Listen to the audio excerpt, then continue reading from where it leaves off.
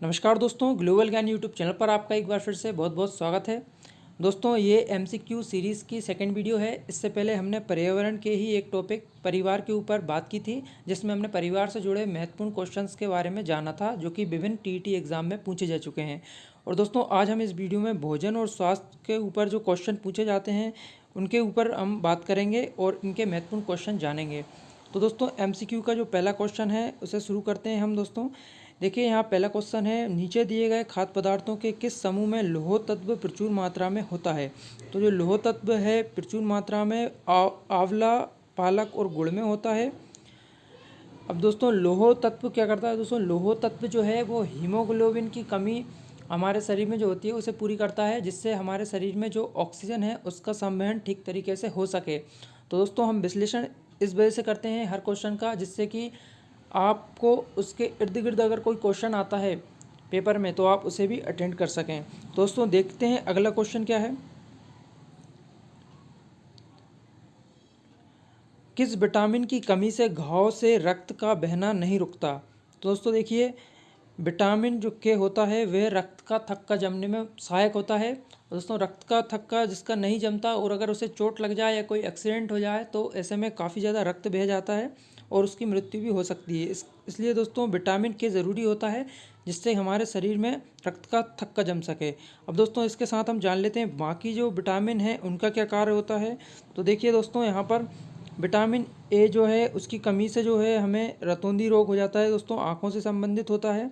Vitamin B है, उससे very रोग हो जाता है। दोस्तों, विटामिन सी स्कर्वी हो जाता है, दांतों से रक्त वगैरह आने लगता है दोस्तों, मसूड़ों से इसकी कमी से। और विटामिन जो डी है दोस्तों, उससे सूखा रोग हो जाता है। और दोस्तों, इसी के साथ यहाँ पर दिए गए हैं कि इन्हें विटामिन जो हमें किस किस पदार्थ से या किस किस फल सब्जी से हमें प्राप्त होते हैं दोस्तों, तो उन्हें आप यहाँ से पढ़ लीजिएगा। ये पीडीएफ दोस्तों आपको डिस्क्रिप्शन में मिल जाएगी। यहाँ मैं दोस्तों हर पीडीएफ आपको डिस्क्रिप्शन में उपलब्ध कराता हूँ, जिससे आप सेल्फ स्टडी भी कर सकते हैं। तो डिस्क्रिप्शन आप ज़रूर चेक करिएगा। चलिए अगले क्वेश्चन की तरफ बढ़ते हैं। निम्नलिखित में से कौन सी बीमारी रुके या इकट्ठा हुए पानी से होती है? तो दोस्तों, रुके हुए पानी से की वजह से जो बीमारी होती है दोस्तों वो होती है मलेरिया। क्योंकि दोस्तों रुके हुए पानी में जो है मच्छर पनपते हैं, उनके लिए अनुकूल वातावरण होता है। इस वजह से बोला जाता है कि पानी को कहीं इकट्ठा ना होने दें। तो दोस्तों, मलेरिया इसका सही आंसर है। चलिए अगले क्वेश्चन की तरफ बढ़ते हैं। खाद्य संरक्षण के लिए निम्नलिखित में से कौन सा जोड़ा ठीक नहीं है? अब दोस्तों देखिए, आलू से चिप्स बनाए जाते हैं और कई पैकेट आते हैं चिप्स के, जिसमें आलू के चिप्स होते हैं और वो कई दिनों तक ख़राब नहीं होते। तो दोस्तों ये सही है। जैम, दोस्तों सेब से जैम बनाया जाता है जो काफ़ी दिन तक संरक्षित रहता है, ख़राब नहीं होता है। कच्चा आम और अचार जो होता है दोस्तों, कच्चा आम से हम अचार बनाते हैं और काफ़ी दिन तक अचार ख़राब नहीं होता है, हम काफ़ी दिन तक उसे इस्तेमाल कर सकते हैं। लेकिन दोस्तों, जो दूध से दोस्तों पनीर बनाते हैं वो जल्दी ही ख़राब हो जाता है। तो दोस्तों, इसमें क्या पूछा है, कौन सा ठीक नहीं है? तो दोस्तों, जो दूध और पनीर वाला ऑप्शन है यहाँ पर सही है, क्योंकि दूध से पनीर बनने के बाद ज़्यादा देर तक हम उसे सुरक्षित नहीं रख सकते। चलिए अगले क्वेश्चन की तरफ बढ़ते हैं। देखिए, यहाँ पर पूछा गया है, यदि एक अध्यापक आलू, चावल, ब्रेड व शक्कर के उदाहरण का सहारा लेता है तो वह क्या पढ़ाना चाहता है? तो दोस्तों देखिए, यहाँ पर आलू, चावल, ब्रेड, शक्कर, ये दोस्तों जब भी आप देखेंगे तो विटामिन के खास स्रोत नहीं है, ना ही ये प्रोटीन के खास स्रोत हैं, ना ही खनिज लवण हैं। तो दोस्तों, ये कार्बोहाइड्रेट के उदाहरण हैं दोस्तों, इनसे हमें भरपूर मात्रा में कार्बोहाइड्रेट प्राप्त होता है। ठीक है दोस्तों, आगे बढ़ते हैं। निम्नलिखित में से किस वर्ग में प्रोटीन की प्रचुरता होती है? दोस्तों, प्रोटीन जो है सोयाबीन, चना और मक्का से दोस्तों प्राप्त होता है और इनमें भी दोस्तों सर्वाधिक जो प्रोटीन मिलता है वो हमें सोयाबीन से प्राप्त होता है। तो दोस्तों, आपको याद रखना है सोयाबीन में सर्वाधिक प्रोटीन होता है। अगर क्वेश्चन आता है इनमें जैसे 3 में है और एक और ऑप्शन भी होता, तो अगर सर्वाधिक पूछा जाता तो दोस्तों सोयाबीन में होता है। और बाकी दोस्तों यहाँ जो पूछा गया है प्रचुरता से, तो दोस्तों इन सब की अपेक्षा यहाँ पर ऑप्शन सी सही है, उनमें सोयाबीन में, चना और मक्का में पाया जाता है। चलिए अगला क्वेश्चन देखते हैं। निम्न में से कौन सा कथन गलत है? क्विनीन जो कि एक मलेरिया की औषधि है, सिनकोना नामक पौधे से प्राप्त होती है, तो बिल्कुल होती है।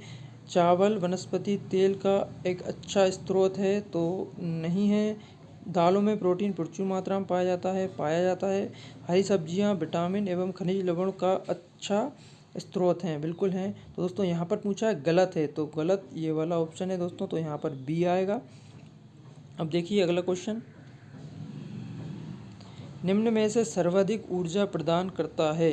दोस्तों सर्वाधिक जो ऊर्जा प्रदान करता है वो हमें कार्बोहाइड्रेट करता है, क्योंकि दोस्तों प्रोटीन है वो हमारे शरीर की वृद्धि में मदद करता है और टूटी फूटी कोशिकाओं की मरम्मत करता है। विटामिन हमें विभिन्न तरह के रोगों से बचाते हैं दोस्तों।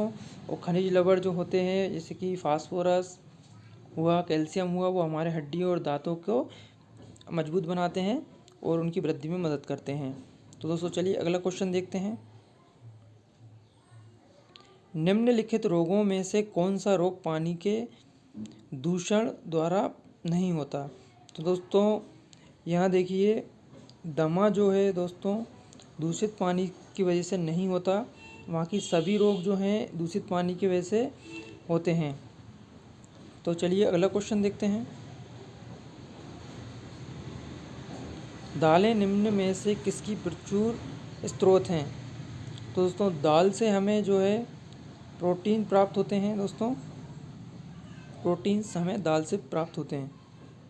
चलिए अगला क्वेश्चन देखते हैं।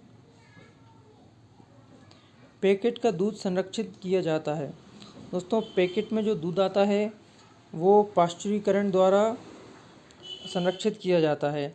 इस विधि में दोस्तों दूध को एक नियत तापमान पर गर्म करते हैं और फिर ठंडा कर देते हैं, जिससे दूध कई समय तक हम दूध को ख़राब होने से बचा सकते हैं। तो दोस्तों इस प्रक्रिया को पाश्चुरीकरण कहते हैं, जिसमें दूध को एक नियत तापमान पर दोस्तों गर्म किया जाता है और उसके बाद उसे ठंडा कर पैकेटों में भर दिया जाता है। चलिए अगला क्वेश्चन देखते हैं। दोस्तों जो हमारा अगला क्वेश्चन है वह डेंगू रोग का वाहक है। तो दोस्तों डेंगू रोग जो होता है वो एडीज़ मच्छर के द्वारा होता है, लेकिन कई बार मच्छर के ऊपर एक और क्वेश्चन आ जाता है मलेरिया। दोस्तों मलेरिया के बारे में अगर पूछा जाए, मलेरिया रोग का रोग वाहक है, तो दोस्तों वो एनाफिलीज़ है, मादा एनाफिलीज़ मच्छर। ठीक है दोस्तों, तो ये बात आपको ध्यान रखना है। तो फिलहाल के लिए दोस्तों वीडियो में इतना ही। अगर वीडियो आपको अच्छी लगी है तो इसे लाइक और शेयर ज़रूर करिएगा दोस्तों, साथ ही साथ चैनल को सब्सक्राइब करिएगा, जिससे आपको इसी तरह की और भी वीडियो मिलती रहें। वीडियो देखने के लिए आपका बहुत बहुत धन्यवाद।